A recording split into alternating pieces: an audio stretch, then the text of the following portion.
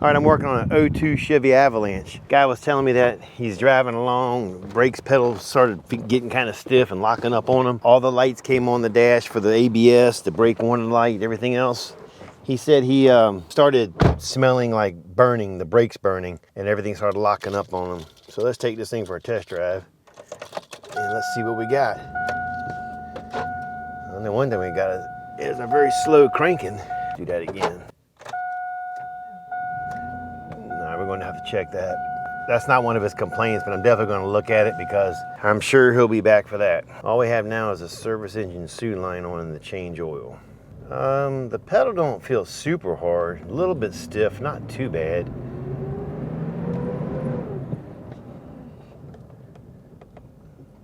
It's almost like there's no power brakes. I mean, possibly a booster. I don't see any warning lights yet. That time I felt pretty decent. I would definitely like to duplicate the problem. I tell you, when you're working on vehicles, anytime you can duplicate what the customer's talking about, it makes it a lot easier. It is 10 times easier. It's when you can't duplicate what they're talking about, that's what works you to death. Oh, there we go. So I was up to about 35 or 40. I hit the brakes hard.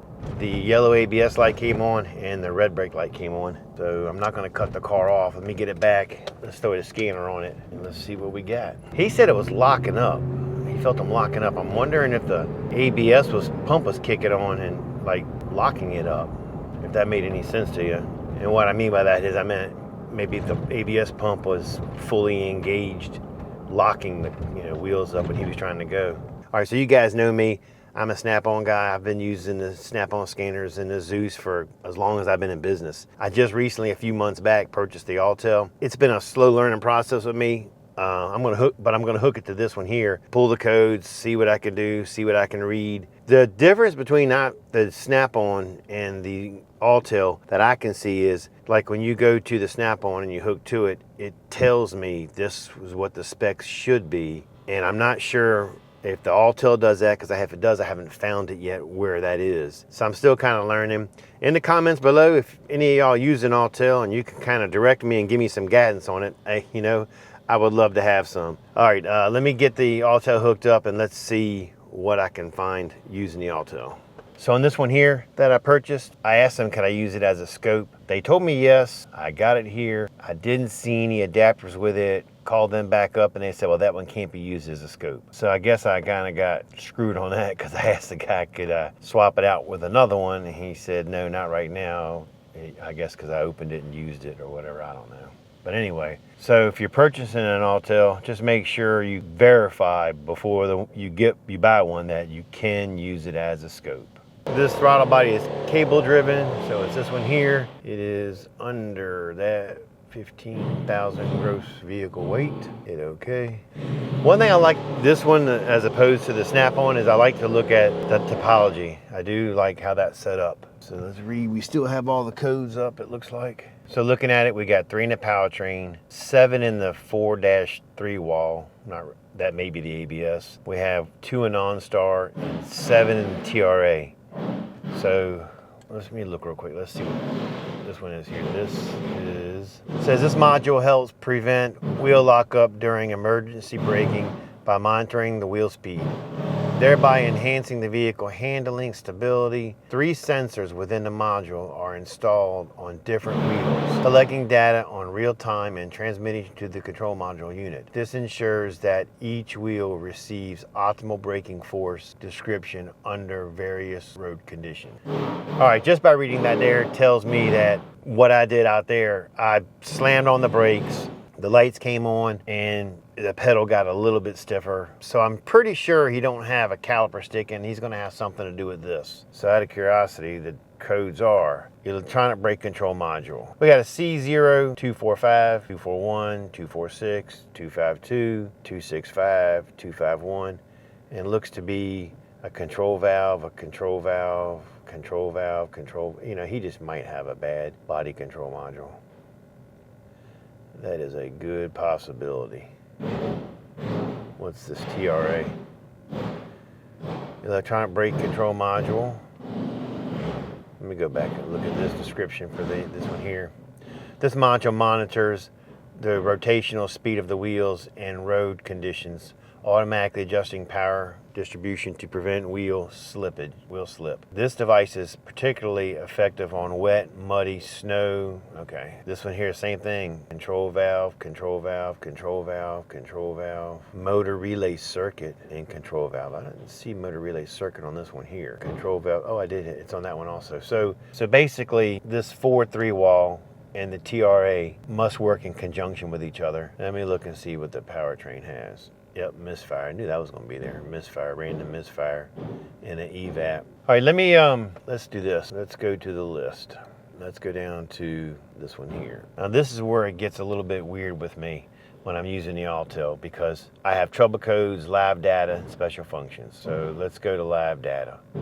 Like when I go to the Snap-on one, and I go to the live data, it gives me direction. So this is where it gets confusing with the Autel with me. You know, I have to select what I want to do, and I go over here and look at it, and here's live data. You basically have to know what the functions are, what everything is doing. So like before I would go to this, I would have to do a little bit of research and see exactly what's going on, what the function does and what's supposed to be happening. Every car is different. With the Snap-on one, it just tells you this is supposed to be doing this, look for this. So that's where the Autel to me is a little bit different, unless I'm not doing it correct. Like I said, let me know. But looking right here, left front speed, we're sitting still and we're looking at 3 miles an hour. So let's do this. Let's click this one, click this one, click this one. Brake switch is, let's look at that. We know what the warning lamp's doing. Let's look at the ABS pump motor is off. I want to look at the relay that was on there. The right front isolation valve command. Let's look at these, because we had issues where I saw valve control command issues. The left command. So let me show, it says show selected. Let's hit that right there. And it did say that I guess only 3 wheels are monitored. So you got left front, right front, and the rear. It's probably going to be one just in the actual rear end itself. All right, let me take it for a drive and let's see what this thing is doing. So we're stuck at 3 right now. Normally it would read like a mile an hour backing out or something on most of the vehicles. This one here is stuck at 3. So I'm hoping you guys can see that.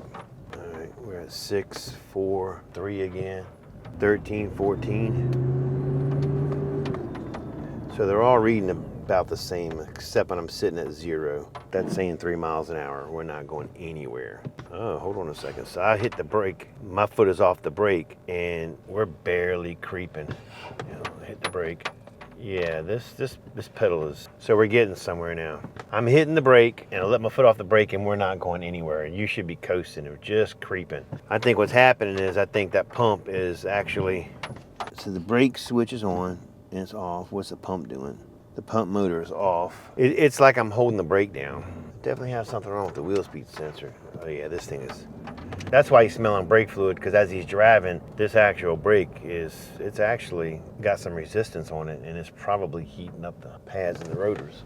So he's probably smelling that after probably a 20-minute ride. I just went for a 2-minute ride around the block, so that's why I'm not smelling anything. All right, so I've had to stop like a million freaking times. I like not got the car started again. The starter was dragging so much. He's definitely gonna have to do something with that. All right, let's go to active tests and let's look at the ABS motor. Let's see what we can do with that. It says here, press the brake pedal. It's pressed. I'm all the way to the floor. Let's turn it on. Command state is on and the pump motor is not working. I would imagine that should be turned on. Do it again. On, in progress, command state is on, everything is off. Brake switch is the only thing showing on. Wheel speed sensors are showing still 3 miles an hour. ABS lamp command is on. Brake warning lamp is on. Differential pressure, fluid level is okay. ABS stop state is off, but I would imagine the pump should be on if that's what the hell I'm trying to work with. Let's look at the ABS relay, see what that does. Press the brake pedal, press. So when I click it on, ABS relay command is off. So I'm commanding the relay on, it is not coming on. So far we have pump's not working, the relay is not working. Again, everything else here is the same. Left front isolation valve, see what that does. Press the brake pedal to the floor. So if I hit command it on, I would imagine the left front isolation valve should come on. It is not. All right, let's do this. Let me go out there. Let's check some fuses real quick. All right, I know I said I was gonna check the fuses first, but I think I wanna pull a schematic on this thing to make sure I don't miss anything anywhere. And I'm pretty sure this truck does not anti-lock brake with traction control and stability assist. I'm pretty sure this does not have stability assist. All right, so doing some reading, this doesn't have stability or traction control. So we're gonna go with anti-lock brake circuits without traction control. This is your electronic brake control module, and the pump is built into it. First thing I wanna do is, let's go up here and let's look at 60 amp fuse. Let's make sure it's not blown. That's under the hood. All right, looking at the diagram. All right, looking at the fuse layout, the ABS one is the second one over. It is right here, 60 amp. Let me get my test light and let's see if it's blown. That's good. That side's good. Oh, and then while I'm sitting here, I'm just gonna run through all of them. All right, so we know the ABS pump fuse is good. All right, the next fuse we're gonna look at is a 10 amp fuse. It's on the left side of the dash. It's 1, 2, 3 over from the top, and that's your brake fuse. 10 amp is good here. And while I'm here, let me just run through all of them, make sure there's no issues. Everything here looks good. So all the powers look good at the fuse. Let me get this thing up in the air. Let me go down there, let's check the powers going into the module and the grounds going into the module. Let me try to command it and let's see what's gonna happen. So there is something I want to point out. The red brake light is on also. A lot of times that'll come on when you're low on fluid, your emergency brake is depressed or something to that effect. And that is this wire right here. If you go down to the bottom, that's your brake fluid level switch. And if you look right here, this is the ground side to it. It goes right up into the brake level switch. And there's a purple wire coming from the brake control module to that switch. So what happens is when the fluid gets low, it completes the ground circuit, which takes that switch and sends a signal to the module letting you know, hey, your fluid's low. That's on also. You know, that could be another indication that we just have a bad brake control module. All right, let me do, like I said, let me do just a little bit of reading on this and see exactly how it works. Make sure we're not missing something somewhere. All right, so looking at the brake warning indicator, one I was just talking about, the red brake light. If the body control module detects that the parking brake is engaged, the light will come on. If the electronic brake control module detects low brake fluid, like I was telling you, the light will come on. If the IPC performs a bulb check and something fails there, it'll come on. An ABS disabling malfunction also disables the dynamic rear proportioning. I got a feeling this is going to be why the light is on right here. Also, I was reading up here, let me find back where I was, right here. The pressure hold. The module closes the isolation valve and keeps the dump valve closed in order to isolate the slipping of the wheel when wheel slippage occurs. This holds the pressure steady on the brakes so that the hydraulic pressure does not increase or decrease. And you remember we were having issues with the valves working? Pretty much I'm leaning towards, unless we are missing some powers and grounds down there, I am leaning towards a bad ABS module. All right, let's get this thing up in the air and let's check the powers and grounds. So this is what I figured was gonna happen. Watch this. Come on, just start one time for me. And this starter just took a shit. All right, so I figured that was gonna happen. Let me go ahead and get the starter fixed and then we'll continue on with the brake problem. So here's where we're at. I've called the customer and told them that I can't start the car anymore. I need to get it up on the lift and get the starter at least where I can start the car. Haven't heard back from him yet. He's thinking about it. I mean, I don't know what the point of fixing your ABS if you can't start your car, right? But anyway, that's on the customer, waiting to hear from him. Secondly, doing some research on this thing, going through service data and reading and stuff, the ABS relay, and this is where you don't know every single car, you have to rely on your data or any tech support that I call or anything like that. This one here, I had to call the tech support here because I told the guy, I said, I can't find a relay. We were reading and looking, and then he found a section in service data where it said that on this truck here, the relay is built into the ABS module. So when we're trying to activate things like the pump and things like that, and that stuff wasn't working, the relay and the module's not working. I can't get anything to work. So most likely it's gonna be an ABS module. But like I said a minute ago, once I get the okay from the customer to get the car in here and get started where I can start the car, I'm gonna get it up in the air. We'll check powers and grounds going to that module. If you have powers and grounds, then we definitely got a bad module. But again, still waiting to hear from the customer. Just wanted to give you guys an update of what's going on. Okay, so I got the approval. We got the starter in. I was able to move it around, get it where I want it. The battery is fully charged up. Let me show you where we're at. Let me move you up here so you can see the module here. This is your ABS module. Right, this here is the power ground going to the pump. Here's your connector that goes to the ABS module. So in doing some research, it kind of threw me a little bit. I saw an ignition hot going to the module, but I didn't see a ground. Did a little bit of research, and I found out that the ABS module is grounded through the valve assembly to the frame. That's where it gets its ground at.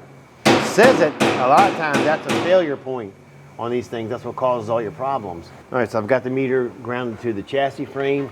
Let's take a measurement and see what happens. So looking at it, we're sitting at 11.85. We got plenty of battery volts going to the module. I know I have a good ground because I'm grounded to the bracket that's going to the module. All right, so we simply just have a bad ABS module. Let's see if we can find one for this truck and get it ordered. So I just got a call back from the customer. He's not gonna stress on the ABS module. He's gonna just drive it as is, worry about the brakes later on in life, because like I told him, I said, when you hit the brakes, they lock up, but they do release after a minute or two. And like you saw in the scanner earlier, like I was telling him, the valves inside that ABS module are stuck. They're not moving. So it's definitely not allowing the fluid to flow back and forth like it should. We tested out the module. Sorry you had power, sorry you had ground. I'm not sure if I showed this on camera, but I did get the ABS pump to work by touching it, so I knew the motor was fine. We just needed that module. But again, he's gonna worry about it later. So I guess in a nutshell, this video is done. Sorry you didn't get to see a finished repair, but you did get a diagnostic up to this point. All right, appreciate you watching. Don't forget to like, subscribe, and leave a comment. Catch you later.